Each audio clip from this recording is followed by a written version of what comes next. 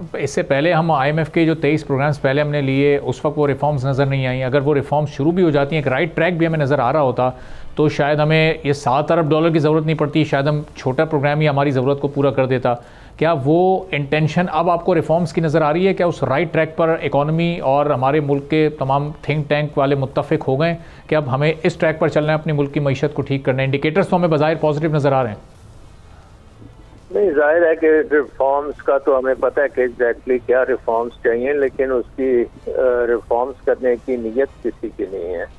और अभी भी मुझे लगता है कि वो नीयत नहीं है, क्योंकि जिस तरीके से हम टैक्सों पे सारा इन्हिसार कर रहे हैं और अखराजात, हुकूमती अखराजात और टैक्स, हुकूमती अखराजात और टैक्स, ये जो अमल है ये पाकिस्तान के लिए बड़ा मुज़िर है। तो आपको नंबर 1 रिफॉर्म ये है कि हुकूमती अखराजात कम करने पड़ेंगे। इसका मतलब है कि हुकूमत का जो रीच है, हर तरफ हुकूमत घुसी हुई है, उसको ख़त्म करना पड़ेगा। महकमे बंद करने पड़ेंगे, मिनिस्ट्रीज बंद करनी पड़ेंगी, और आपको टैक्सेस जो हैं उनमें कमी लानी पड़ेगी। और फिर प्राइवेट सेक्टर को आपने इंसेंटिवाइज करना है कि वो पाकिस्तान में दोबारा से इन्वेस्ट करना शुरू करें, और ना सिर्फ पाकिस्तानी प्राइवेट सेक्टर बट बरूने मुल्क की प्राइवेट सेक्टर वो भी इन्वेस्ट करे। इसके साथ साथ आपने बिजली का निज़ाम जो है वो बिल्कुल आपके लिए एक आपके गले में हड्डी फंसी हुई है, उसको ठीक करना है, उसको सस्ती बिजली करनी है। तो बहुत सी रिफॉर्म्स करने की ज़रूरत है। आपका इंफ्रास्ट्रक्चर की डेफिशिएंसीज बहुत ज़्यादा हैं, उसका निज़ाम ठीक करना है। आपको अपनी गवर्नेंस जो है डीरेगुलेट करनी पड़ेगी, कि जो इस वक्त नौकरीशाही है उसका रोल आपको इकोनॉमी में ख़त्म करना पड़ेगा। तो ये बहुत बड़ी चीज़ें हैं जो कहने में तो आसान नज़र आती हैं, बट करने में बहुत मुश्किल है। और पिछले 23 IMF 24 IMF प्रोग्राम्स में हमने ये ब्यूरोक्रेटाइजेशन जो हमारी इकोनॉमी की है उसको हमने खत्म किया, बल्कि उसको बढ़ाया है। तो ये हर मौके पे ये बढ़ जाती है। तो अगर तो ये हमने और ब्यूरोक्रेसी को किया इंट्रेंच, तो फिर तो ये ग्रोथ की तरफ हम नहीं जाएंगे।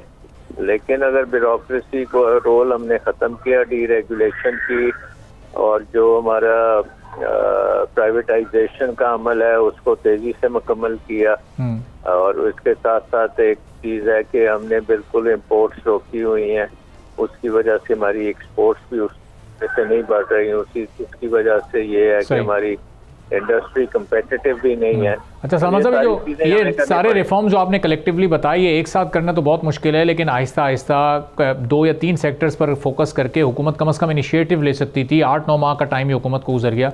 औरंगज़ेब साहब तो है भी एक टेक्नोक्रेट, वो कोई रिवायती सियासतदान नहीं है कि उन्हें डिसीजंस लेने में कोई मुश्किल पेश आ रही हो। तो ये क्या अभी तक इस तरफ सोचा नहीं है हुकूमत ने, विजन नहीं है? चूँकि 8-9 माह गुजरने के बाद अब अगर इनिशिएट करेंगे तो फिर इसके असरात तो फिर और मज़ीद आगे चलकर नज़र आएंगे। तो ये पहले ही लेट हो चुकी है हुकूमत, अब तक क्यों नहीं ये इक़दाम ले सकी है?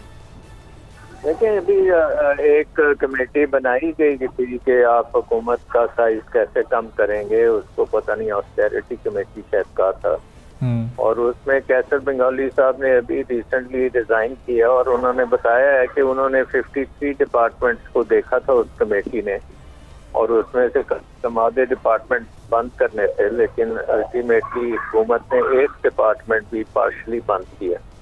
तो अगर हुकूमत नहीं करेगी ये काम तो फिर तो जाहिर है कि हम फंसे रहेंगे। तो आई थिंक ये आप सही कह रहे हैं कि 8 महीने में कुछ नहीं हुआ, तो आगे चल के भी लगता है कि कुछ ज़्यादा नहीं होगा। तो सर इसका मतलब ये अभी हम 24वां प्रोग्राम हासिल करने में हमारी ये कोशिशें कामयाब रही हैं, हमारी हुकूमत ने बड़ी कोशिश की है। 3 साल बाद 36 महीने गुजरने के बाद हम 25वें प्रोग्राम के लिए कोशिश कर रहे होंगे, और उस वक्त फिर शादियाने बजाए जाएंगे कि देखो IMF प्रोग्राम की सिल्वर जुबली हमने मुकम्मल कर ली है।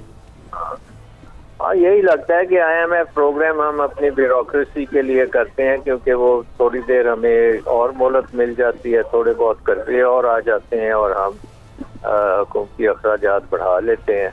लेकिन अब ये हमें बिल्कुल हमारे पास अब फर्दर टाइम नहीं है।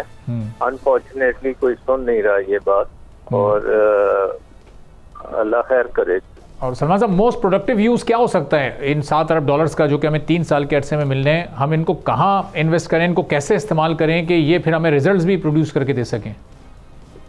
देखिए, ये 7 अरब डॉलर तो आपके रिजर्व्स में जाएंगे सारे के सारे, क्योंकि रिजर्व्स जो हैं उसके साथ आपकी स्टेबिलिटी थोड़ी बहुत करेंसी की आती है। लेकिन आप जैसे आपको पता है कि ये हमारे जो बैरून मुल्क कर्जे हैं वो तकरीबन अब तो 1,40,000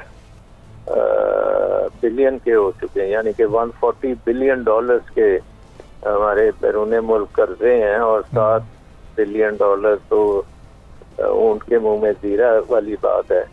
ये 7 बिलियन डॉलर खर्चने के लिए नहीं है, ये सिर्फ दिखाने के लिए है कि हमारे साथ IMF जुड़ा हुआ है और IMF की जो प्रिस्क्रिप्शंस हैं हम वो फॉलो कर रहे हैं, और IMF के ख्याल में हम अपने जो कर्जे आगे चल के कम से कम 3 साल जो प्रोग्राम होगा उसमें हम उनको मैनेज करते रहेंगे।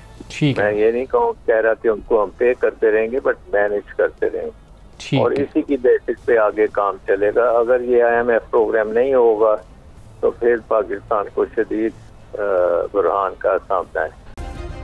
सब्सक्राइब करें और बेल दबाएं ताकि कोई खबर रह न जाए।